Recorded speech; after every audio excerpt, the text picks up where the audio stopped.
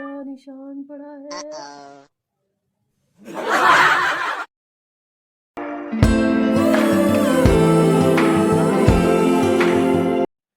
Hi everyone, welcome or welcome back to my channel. My name is Nehal and if you are new here, I'll be really grateful if you take a moment and subscribe to my channel below.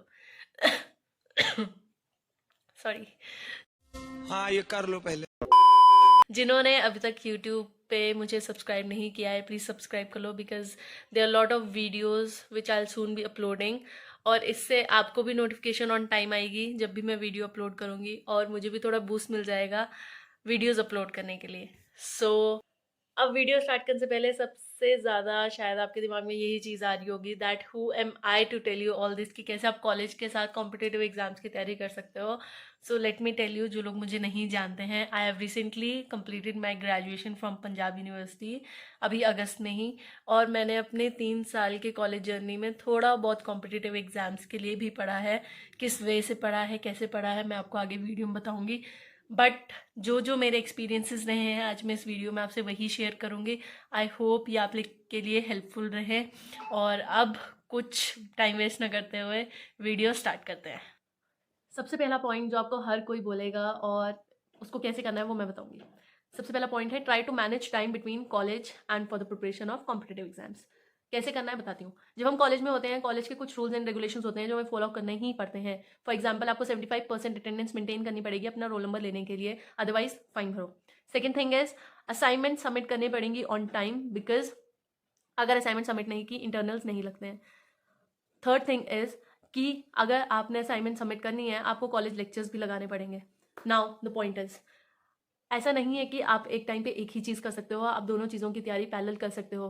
Because I myself manage to get distinction in my graduation और उसके बावजूद भी मेरी attendance ठीक थी but मेरी assignments on time हमेशा submit होती थी। अब ये कैसे होता था कि मैंने एक शेड्यूल बनाया हुआ था अपना कि आपके जब आपका टाइम टेबल आता है ना कॉलेज का, तब आपको ये चीज़ पता लगेगी कि आपके कौन कौन से डेज ऐसे हैं जिसमें आपके लेक्चर्स कम हैं।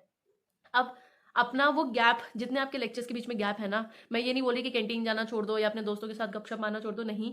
बट अपने लिए एक स्ट्रिक्ट टाइम टेबल बना दो कि दिन में अगर मेरे पास आज मेरे 4 लेक्चर्स हैं और मेरे पास 3 से 4 घंटे फ्री हैं, तो उससे 2 घंटे मैं अपने कॉम्पिटेटिव एग्जाम्स को दूंगी। अब उसमें आप क्या करोगे, उसमें जाओ अपनी कॉलेज की लाइब्रेरी या कोई भी ऐसी सुकून वाली जगह, कोई क्लास देख लो जहाँ पे लेक्चर नहीं हो रहा है, वहां जाके बैठ जाओ एंड स्टार्ट स्टडिंग। अपना वो टाइम को वेस्ट मत करो, उसमें प्रोडक्टिविटी निकालो। और जो आपके पास एक्स्ट्रा टाइम बचा उसमें जाओ, मस्ती करो, घूमो फिरो, जो मर्जी करो। बट ये रूटीन बना लो कि अगर आपके पास फ्री टाइम है, डिवाइड दैट इंटू 2 पार्ट्स और उसमें से जाके फर्स्ट हाफ में पढ़ो एंड सेकेंड हाफ में मस्ती।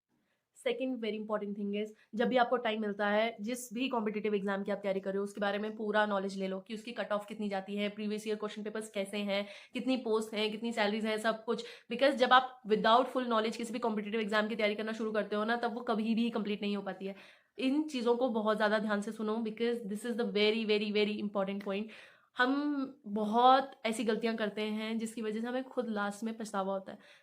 मैंने अपने कॉलेज लाइफ में बहुत ऐसे बच्चे देखे हैं जो सिर्फ देखा दिखाई में कॉम्पिटेटिव एग्जाम्स की तैयारी करना शुरू कर देते हैं और बीच में वो बंद हो जाता है। ऐसा मत करो। जिस भी कॉम्पिटेटिव एग्जाम की तैयारी करना शुरू कर रहे हो, सबसे पहले एक डेडिकेटेड टाइम पीरियड निकालो, उसके बारे में सब कुछ पता करो, हैव फुल नॉलेज। जब आपको फुल नॉलेज होगी ना, it will automatically give you boost कि आप उस चीज़ की तैयारी करोगे तो तैयारी करने के लिए टाइम ऑटोमेटिकली वहां से निकल जाए। कॉलेज एक ऐसा स्पेस है जहाँ पे आपको बहुत टाइप के लोग मिलेंगे। कुछ मस्ती करने वाले होंगे, कुछ बहुत ज़्यादा पढ़ने वाले होंगे, कुछ होंगे करियर ओरिएंटेड। अपना ग्रुप बहुत सोच समझ के बनाओ। मैं ऐसा नहीं बोल रही कि एक ही टाइप के लोग अपने ग्रुप में रखो, सब रखो। बट अपना मोस्ट ऑफ द टाइम ऐसे लोगों के साथ स्पेंड करो जिनका आपके साथ सिमिलर गोल हो। मेरा पर्सनली मेरे ग्रुप में जितने भी लोग थे, they all were preparing for some kind of competitive exams. तो जब हम साथ में बैठते भी थे ना, तब हम कुछ ना कुछ ऐसी चीज़ें डिस्कस करते थे जो मुझे लगता था कि हाँ, ये मेरे लिए प्रोडक्टिव चीज़ें हैं। बिकॉज वो अपना कहीं ना कहीं टाइम टेबल शेयर करेंगे, कुछ टिप्स शेयर करेंगे कि कैसे हम नोट्स बनाते हैं, या कभी करंट अफेयर्स शेयर हो रहे हैं। तो इन चीज़ों से आपको हमेशा ये चीज़ पता लगे कि हाँ, आपके लिए कोई ना कहीं हेल्प हो रही है और आपका जो टाइम वेस्ट होना था वो वेस्ट नहीं हो रहा है, but at the same time use हो रहा है और आप अपने दोस्तों के साथ भी टाइम स्पेंड कर रहे हो।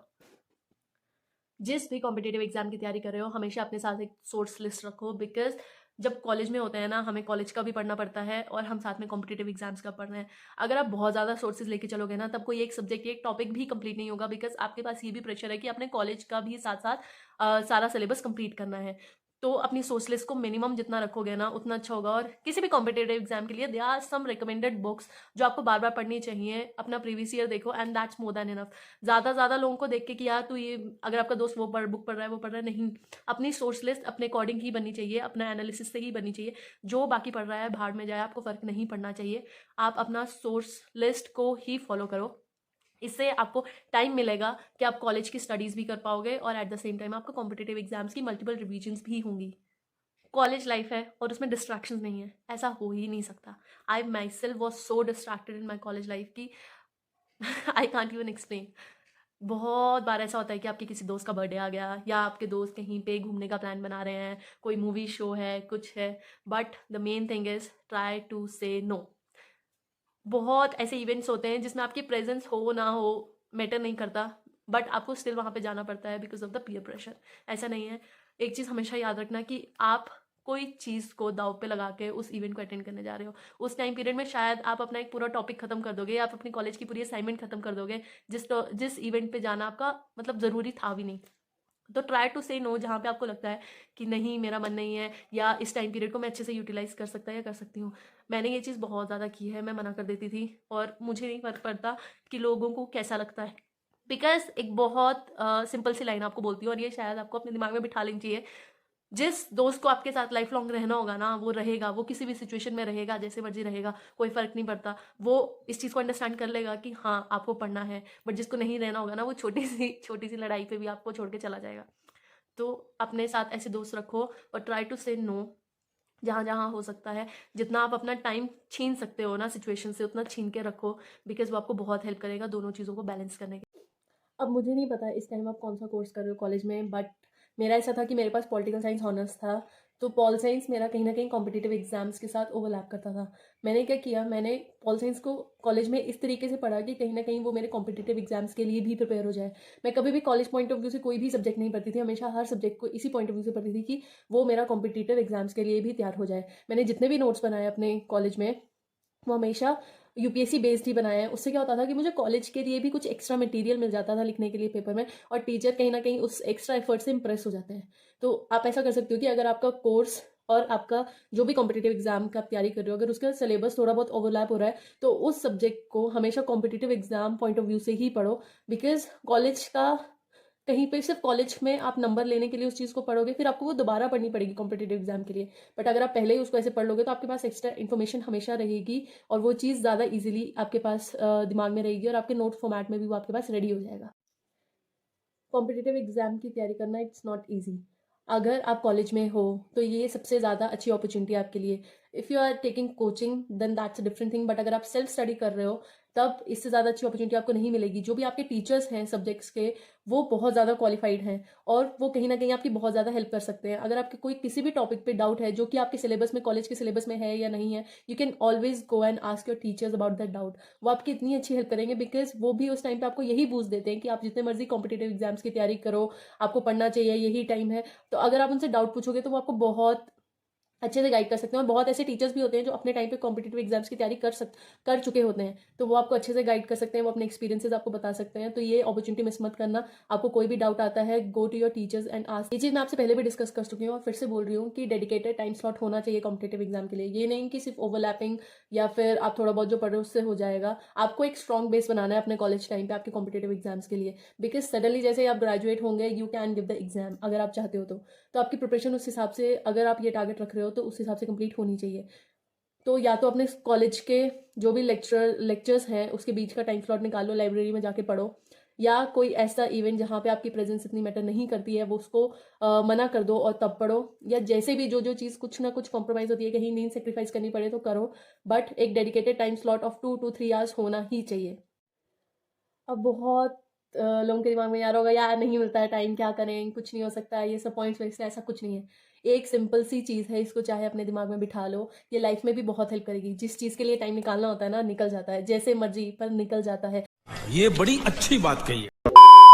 ऐसा आप अपनी लाइफ में अभी इतने बिजी नहीं हुए हो कि आप ये एक्सक्यूज दो कि नहीं टाइम मिलता है। मिलेगा, अगर खुद निकलवाना चाहोगे ना तब निकलेगा। तो अपने माइंड को इस तरीके से प्रिपेयर कर लो और फिर माइंड खुद आपको बताएगा कि हाँ, यहाँ पे मैं ये टाइम इस चीज़ के लिए यूज़ कर सकते हैं, या यहाँ पे इस चीज़ को अवॉइड करके शॉपिंग ना जाके, क्लबिंग ना जाके हम थोड़ी देर पढ़ सकते हैं। बिकॉज अगर जब तक आपने सेक्रीफाइसेस करके वो चीज़ अचीव नहीं की ना, तब तक उसका ना खुशी नहीं होती है मिलने की कि हाँ मैंने ये चीज़ कुछ सेक्रीफाइस करके पाई है। अगर आप कॉलेज स्टडीज़ के साथ कॉम्पिटिटिव एग्जाम्स को नहीं बैलेंस कर पा रहे हो तो सिर्फ एक चीज़ करो, जस्ट रीड द न्यूज़पेपर या करंट अफेयर्स का नॉलेज रखो जिस मर्जी सोर्स से मिले, चाहे वो अपने फ्रेंड्स के ग्रुप में बैठ के डिस्कस कर लो, या कोई वीडियो देख लो यूट्यूब पे, या कोई मंथली मैगजीन उठा लो। उससे क्या होगा, उससे हर कॉम्पिटिटिव एग्जाम का एक मेजर चंक होता है करंट अफेयर्स, अगर आपका वो रेडी हो जाएगा ना कॉलेज ईयर्स में, तब स्टैटिक पोर्शंस करना इज़ वेरी ईजी। तो अगर आपको लगता है कि आपने कॉलेज टाइम पे बहुत ज़्यादा टफ सब्जेक्ट्स उठा लिए हैं या आपका नहीं मैनेज हो पा रहा है, न्यूज़पेपर पढ़ लो, दैट्स मोर देन इनफ, बहुत हेल्प करेगा।